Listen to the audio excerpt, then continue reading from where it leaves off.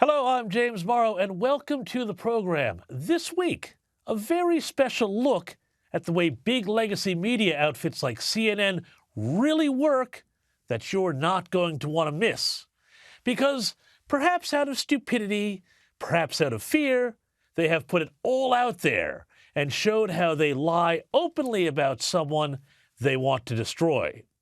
So, who is that person who threatens them so much? Well, none other than insurgent Republican presidential candidate Vivek Ramaswamy. And what's the lie that they're trying to smear him with? That he's a 9/11 truther. Pretty big stuff, so let's see how they tried it on as we go busting the narrative.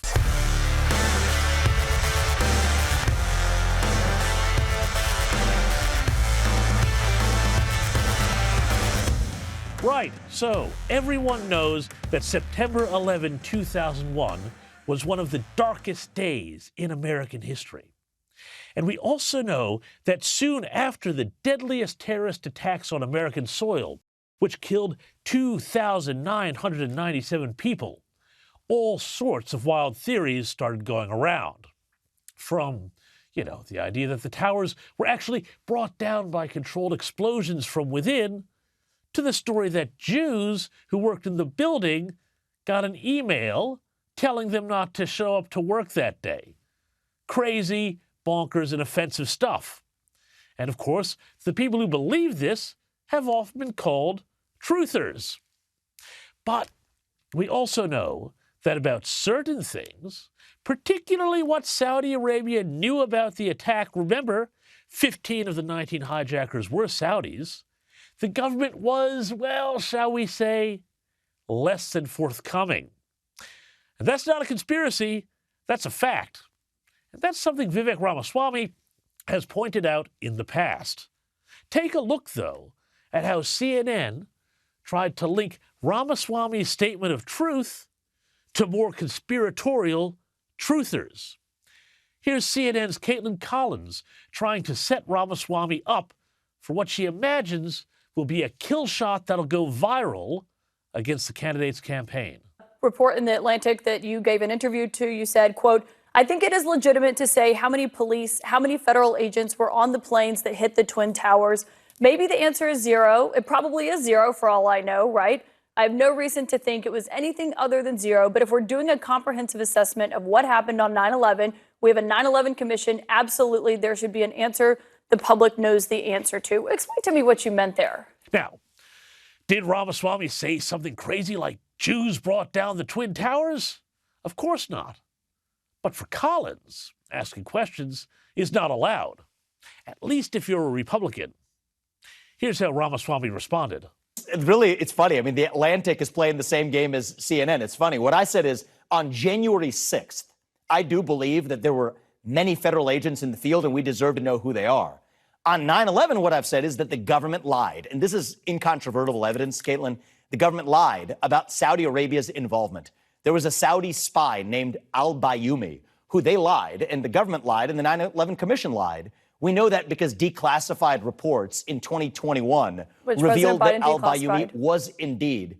So let's break that down. Ramaswamy says The Atlantic misquoted him and that there are 2 points he was trying to make. One, that there were federal agents in the crowd at the January 6th riots at the Capitol.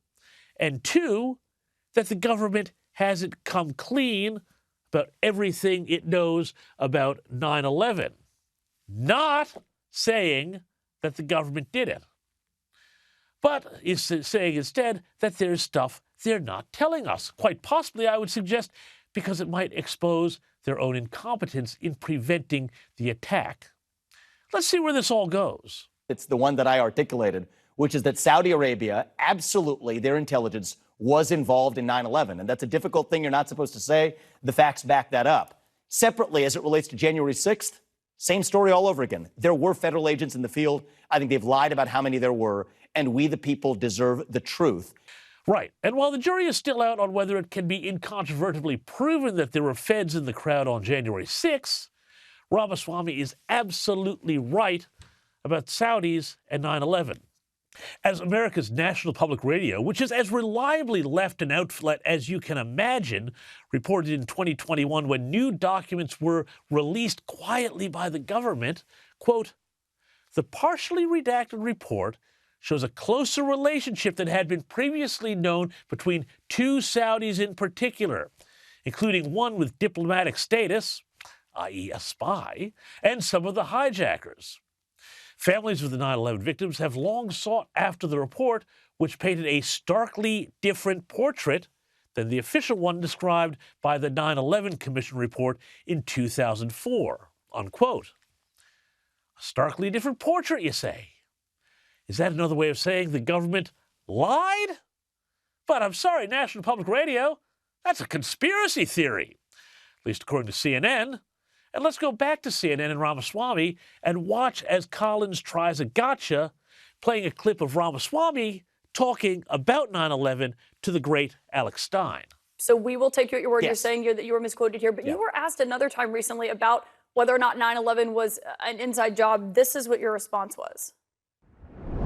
9/11 inside job or exactly how the government tells us? I don't believe the government has told us the truth. Again, I'm driven by evidence and data. What I've seen in the last several years is we have to be skeptical of what the government does tell us. I haven't seen evidence to the contrary, but do I believe everything the government told us about it? Absolutely not. Ask Do I two believe questions. the 9/11 Commission? Absolutely not. Okay, let's parse that. Collins said, here's you saying 9/11 was an inside job. Ramaswamy said, I don't believe everything the government tells us. The NPR report and countless others from back in 2021 indeed confirmed that the government did cover up Saudi Arabia's involvement in 9/11 when it issued that commission report. So, you see what's happening? And again, what's the issue here? It looks like you're floating conspiracy theories with this defense of I'm just asking questions. We literally know the FBI, the 9/11 Commission, the U.S. government on down told us specifically that Saudi Arabia had no involvement. 20 plus years later, quietly declassifying documents showing that not only did Saudi Arabia have involvement, it was a Saudi intelligence agent that received two of those terrorists that crashed planes on 9/11, killing But the Americans question was, is on 9/11 American an soil. inside And our job? And you government didn't lied say about it. no. Okay, now I get it. Ramaswamy's not playing her verbal games, and that's what she's annoyed about. Pay attention to this bit here. Sure. Caitlin, you know what's really funny? You literally just played that, and you could play it for your audience again. He said, or do you believe everything the government has told us? And my answer was, I do not believe everything the government has told us But you see because the they point. lied. The point is and that I it know leaves this game the door comes up, open. Caitlin, It's every not time a there's game. an outsider who comes It leaves the door in. open, Vivek. It leaves the door open, and someone who's a Caitlin, 9/11 truther we looks have a at that and government that says, that's systematically exactly what I lies. believe. You That think the was government's that lying was a about comedian 9/11? You see what she did there? Quote, you think the government's lying about 9/11, unquote. That perfectly reasonable and established fact, established by the difference between declassified documents and the original official story, is now being turned by CNN into a conspiracy theory. And if you look at that, well, and you think that the government did 9/11. That's the subtle trick they're trying to pull, and it's one which reveals how the media works to put down a candidate like Ramaswamy, who has been surging in the polls and who is taking media attention away from fellow Republican challenger Ron DeSantis and making it all the more likely that Trump becomes the Republican nominee. Now, this is a similar thing, by the way, that they have tried to do with Robert F. Kennedy Jr., with whom they've used leaked tapes from a private dinner to suggest he has some pretty wild ideas about COVID and the Jews. Now, look, do I agree with everything Ramaswamy or Kennedy say? Absolutely not.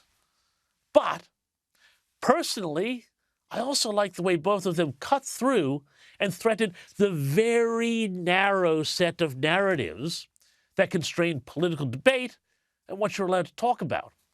Because there is something else disturbing about this. Cut to the heart of CNN's complaint, and what they are saying is that mainstream journalism operations like CNN believe that it is the role of a responsible citizen, if they don't want to be a conspiracy theorist, and it goes doubly if they want to be a respectable presidential candidate, to believe everything the government tells them. Sorry, that's not journalism, CNN. That's propaganda.